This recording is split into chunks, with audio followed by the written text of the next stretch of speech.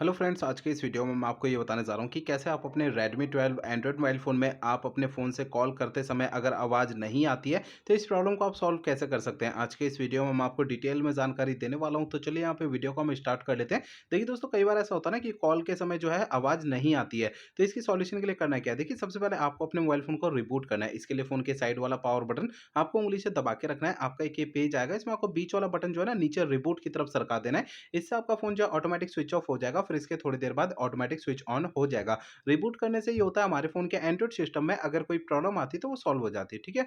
अगला काम करना क्या है, आपके फ़ोन में ना ये फाइल का ऐप होता है, गूगल फाइल का ये ऐप होता है, इसे ओपन करना है। इसमें आपको नीचे की साइड ये ऐप्स का ऑप्शन मिलता है, इसे टैप करना है। अब इसके अगले पेज में सबसे ऊपर सिस्टम ऐप का ये ऑप्शन टैप करना है, ठीक है? अब यहाँ पर आपको ना नीचे की साइड आना है, यहाँ पर आपको एक ऑप्शन मिलता है एंड्रॉइड सिस्टम। एंड्रॉइड सिस्टम के ठीक सामने आपको 3 डॉट का ये ऑप्शन टैप करना है। आपका एक ये पेज ओपन होगा छोटा-सा, इसमें आपको ऐप इन्फो का ये ऑप्शन टैप करना है, ठीक है?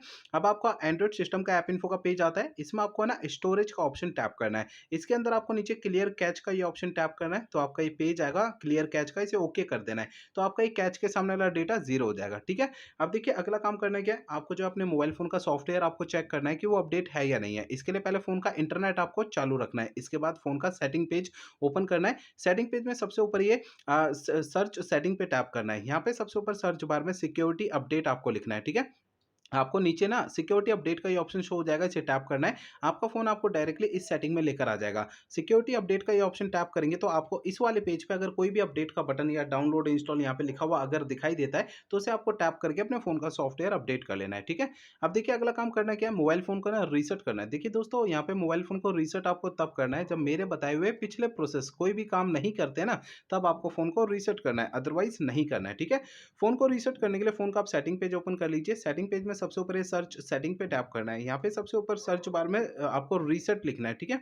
आपको नीचे की साइड ना फैक्ट्री रीसेट का ये ऑप्शन शो होगा, फैक्ट्री रीसेट पे टैप करना है। अब आपको इस पेज में ना सबसे नीचे इरेज़ ऑल डेटा पे टैप करना है। आपका एक ये पेज आता है, इसमें आपको फैक्ट्री रीसेट का ये ऑप्शन टैप करना है। इससे आपका फ़ोन जो है रीसेट हो जाएगा और आपकी जो प्रॉब्लम है सॉल्व हो जाएगी। लेकिन फ़ोन को रीसेट करने से पहले ना 2 बातों का ध्यान रखना है। पहली बात ये ध्यान रखनी है, आपके फ़ोन में जितना भी डेटा है, सारा डेटा आप किसी भी दूसरे फ़ोन में ट्रांसफ़र कर लीजिए या उसका बैकअप ले लीजिए। दूसरी बात ये ध्यान रखनी है, आपके फ़ोन की जीमेल आईडी और उसका पासवर्ड आपको पहले से नोट करके रखना है। ये 2 काम आपको पहले करने हैं, उसके बाद मोबाइल फ़ोन को रीसेट करना है, ठीक है? तो दोस्तों, इस वीडियो में मेरे बताए हुए सारे प्रोसेस आपको यूज़ करने हैं, इससे आपकी जो प्रॉब्लम है सॉल्व हो जाएगी, ठीक है?